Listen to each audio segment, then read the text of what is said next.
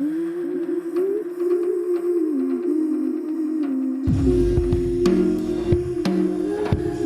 are listening to Unity in Our Community on Radio Cardiff 98.7 FM.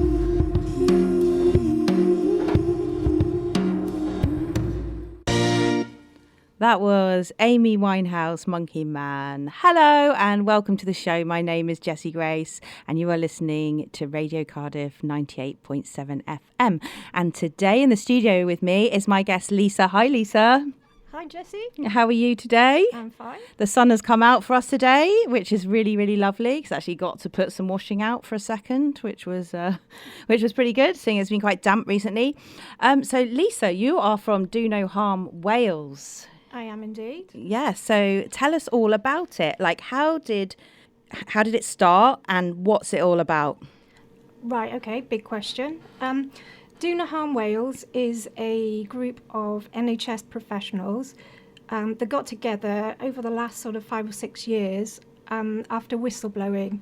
Most of us got bullied in the Welsh Health Service, and we got together to support each other and to campaign for a better system in Wales to support NHS staff that speak out and raise safety concerns. Wow, that sounds like a very important role that you've got there. It's huge. I do feel the responsibility because Wales really, really needs to have this system. It will make everything much safer. Yeah. So how long has it been going? I think we kind of got together around about 2017, 2018. Yeah, okay. And it's a core group of like 5 people, but obviously it's a much bigger. Oh, it's a much bigger thing. Yeah. So if we just talk a bit about you to start with, then, because you're a doctor, right? I was, and I still feel like I'm a doctor. Yeah. Yeah. And what was your specialist area that you were doing?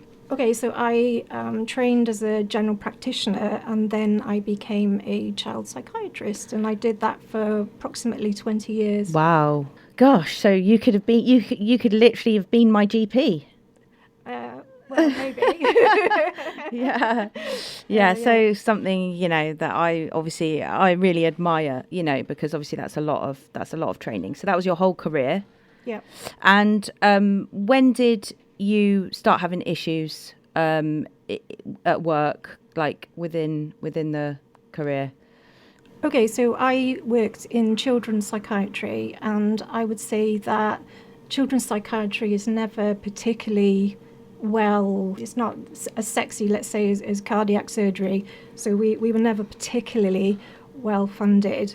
But around about 2010, we noticed that things started to go quite badly wrong. So yeah, that was when it all started, really. So is that when you started to raise concerns? Yeah, I would have started to raise concerns about that time. I would have been filling in lots of forms and yeah. So take us through. So you started to whistleblow, and then what happened? And did anyone investigate your concerns at all?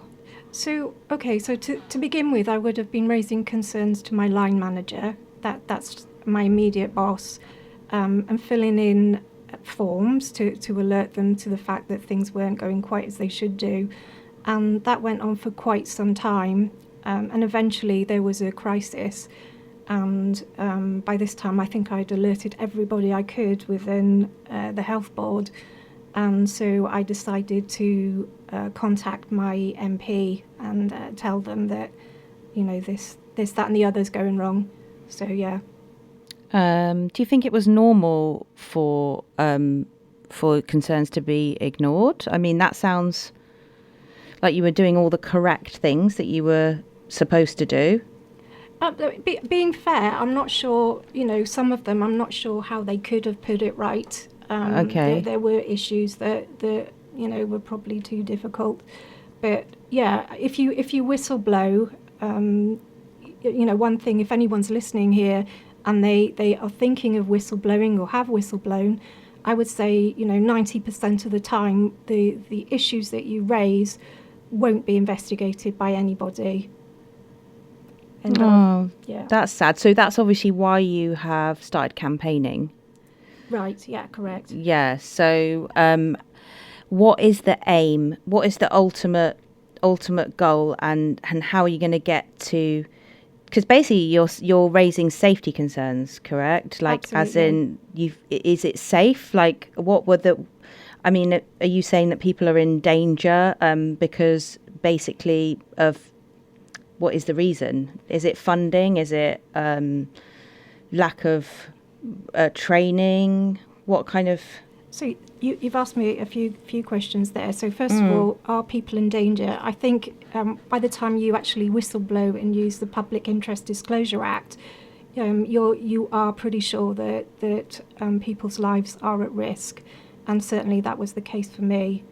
And the issue really, I think, started with the fact that they increased my area. So instead of taking up to age 16, they increased us up to age 18. And then they reduced our staffing quota around about the same time. So you basically didn't have the right amount of staff that you needed. Oh, yeah, massively understaffed. Understaffing, yeah. So how is let's move on to the campaign now, like, and how it's going, because I know that you've been achieving quite a lot. I don't know if I've been achieving quite a lot. Well, but the we've group, been doing a lot. yeah. So let's talk about like the work side of it. So obviously there's systemic problems, and then you came across another problem, which was your concerns. Before then, let's just talk about, did you have an expectation what was your expectation when you first whistleblew, if you like, or raised concerns? Okay. What was my expectation? I think I'd been warned by senior staff when I said, I think we're getting to the area that we need to be whistleblowing. Yeah. I had been warned that this was going to be detrimental to my career. And at the time, I was looking to be promoted. So I kind of knew that, that's pretty much it for my promotion. So you kind of sacrificed your career in a way. Well, yeah, but I didn't think I'd sacrifice my whole career. I thought probably I just wouldn't get my promotion. Yeah. I expected... I think you kind of expect something to happen. You expect people to investigate your concerns because, you haven't got to this point for no reason. And obviously there was a reason. Yeah. So that must have been... Like, how did you feel like when you realised that it was worse than you thought? In terms of like your expectation of what was gonna happen. Oh, it was quite scary. Yeah. It was really quite scary when I realised the enormity of what I'd done. Yeah. So then, born out of that, obviously, is Do No Harm Wales, and you're obviously supporting other whistleblowers, but also campaigning at the same time. So there must be lots of different threads to Do No Harm Wales. Absolutely, yeah. We support other people coming along. Not everybody who comes across our path ends up as part of Do No Harm Wales. We have a lot of people that we support in the background that just don't want to actually become part of our WhatsApp group or get part of the campaign. There's a lot of fear around actually, I think, being linked to us. A number of people are still employed that we're sort of supporting or have supported. There's we like to support people that have been bullied in the Welsh Health Service, and I think that is an issue. Yeah. And also racism is something that we've come across. I don't think it started off as racism, but it's certainly become part of our remit. Yeah, part of the campaign. Absolutely. Yeah. So, wow, I really commend you. I mean, it's really brave, it's really courageous, and it's also very much needed by the sounds of it, because obviously when you don't work in the NHS and the contact you have with the NHS, like I go to the doctor, I go this, it's like obviously there are other chronic conditions, but we all use the NHS. We all love the NHS. The country wants to support the NHS, which was very apparent. You know, we've gone through all the COVID times and crazy times where all those key workers were supporting everybody else. Do you feel like there's generally a lack of support? I mean, obviously we've seen how hard everybody was working, not just during COVID, but continually. So it sounds like there's a lot of issues to be resolved, and the work that you're doing is incredible because obviously you're trying to change it. So where are you at now with the campaign, and what is the ultimate goal, if you know what I mean? So what we did was, as a group, we sat around and we decided that we'd create a wish list of things for our government. Things that we wish that we'd had access to, things that we've heard other parts of the UK have access to. And we created a 10-point plan.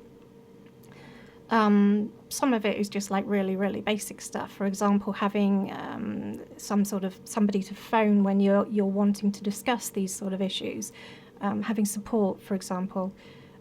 So we created the 10-point plan, and that's what we really campaign about. And how is it going? How is it going? Right. Okay. So I think nationally it's not going too badly. We get invited to various conferences. I've been invited to NHS England. I think the message is going out nationally. I think locally it's taking a little bit of time to resolve. Yeah. I would put it that way. Yeah. Did you win an award recently? We got finalists in the Argus healthcare campaign, and also in the Wales Online campaign we were finalists. Wow. We didn't win. But next time. Yeah, next time. All right, we're just going to have another tune now because you've given me some brilliant tunes today. Be right back.